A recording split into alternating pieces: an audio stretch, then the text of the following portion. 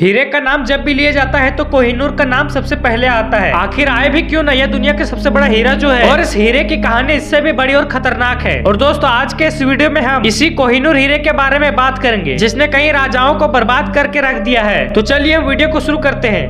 14वीं शताब्दी से पहले कुछ सुनी सुनाई बातें हैं जो सुल्तानों के बारे में कही जाती है, लेकिन ठीक ढंग से इस हीरे का इतिहास पता नहीं है। यह भी कहा जाता है कि इसे गोलकुंडा के खान से निकाला गया था।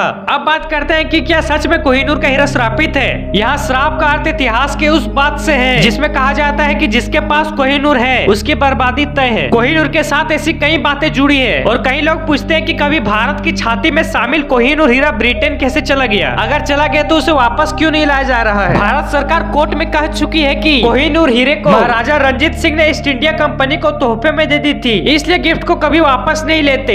इस हिसाब से कोहिनूर हीरा भारत कभी लौट कर नहीं आएगा। लेकिन सवाल है कि कोहिनूर भारत से ब्रिटेन पहुंचा था, इसका इतिहास क्या है और कौन कौन से घटनाएं इसकी गवाह है। और चलिए आज कोहिनूर के स्थापित होने के किस्से के बारे में जानते हैं। उन किस्सों के बारे में जानते हैं जिनमें कहा जाता है कि कोहिनूर जहाँ भी गया वहाँ विनाश लीला रची गई। देखते देखते सब कुछ बर्बाद हो गया। कोहिनूर का अर्थ भले ही रोशनी का पर्वत है, लेकिन इस बेशकीमती हीरे की वजह से कई राज्यों की सल्तनत तहस नहस हो गई। राजाओं के चमकते सितारे गर्दिश में चले गए और यह बात मान्यता के आधार पर कही जाती है और इसी आधार पर कोहिनूर का श्रापित भी बताया जाता है। और इस हीरे को श्रापित 13वीं शताब्दी से कही जा रही है। कोहिनूर के बारे में ऐसी बात अलग अलग घटनाओं के आधार पर कही जाती है। दरअसल हीरे की सफर की शुरुआत काकतीय वंश के साथ हुई, जहाँ से कोहिनूर तुगलक वंश के पास आया। उसके बाद यह हीरा मुगलों के हाथ लगा और इतिहास गवाह है कि जिनके पास यह हीरा पहुंचा, शुरू में तो वह तेजी से बढ़ा, लेकिन बाद में उनकी बुरी तरह अंत हो गया और शाहजहां ने कोहिनूर हीरे को अपने मायूर सिंहासन में जड़वाया था। उसके बाद शाहजहां की पहली पत्नी उन्हें छोड़कर चली गई। फिर उनके बेटे ने ही उन्हें नजरबंद करके उनके सत्ता को हथिया लिया।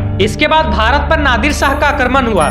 1739 में नादिर शाह ने इस हीरे को अपने कब्जे में कर लिया और इतिहास के मुताबिक नादिर शाह ने मुगलों को हरा कर हीरा अपने कब्जे में लिया और कोहिनूर को फारस लेकर चला गया। और नादिर शाह से पहले इस हीरे का नाम कुछ और था, लेकिन नादिर शाह ने इसकी खूबसूरती को देखकर इसे कोहिनूर का नाम दिया। और कोहिनूर ले जाने के बाद कुछ साल बाद नादिर शाह की भी हत्या हो गई और फिर नादिर शाह के बाद कोहिनूर हीरा अफगानिस्तान के सुल्तान अहमद शाह दुर्रानी के वंशज शाह शुजा दुर्रानी के पास आया। लेकिन यहाँ भी दुर्रानी की सत्ता जाती रही और फिर शुजा दुर्रानी हीरा लेकर अफगानिस्तान से भागा और पंजाब पहुंचा और वहाँ उसने कोहिनूर को राजा रंजीत सिंह के हवाले कर दिया। और कुछ दिन बाद राजा रंजीत सिंह की भी मौत हो गई। इसके बाद यह हीरा रंजीत सिंह के बेटे दिलीप सिंह को विरासत में मिला और फिर अंग्रेजों ने रंजीत सिंह के साम्राज्य पर हमला कर दिया और सिखों पर आक्रमण कर दिया।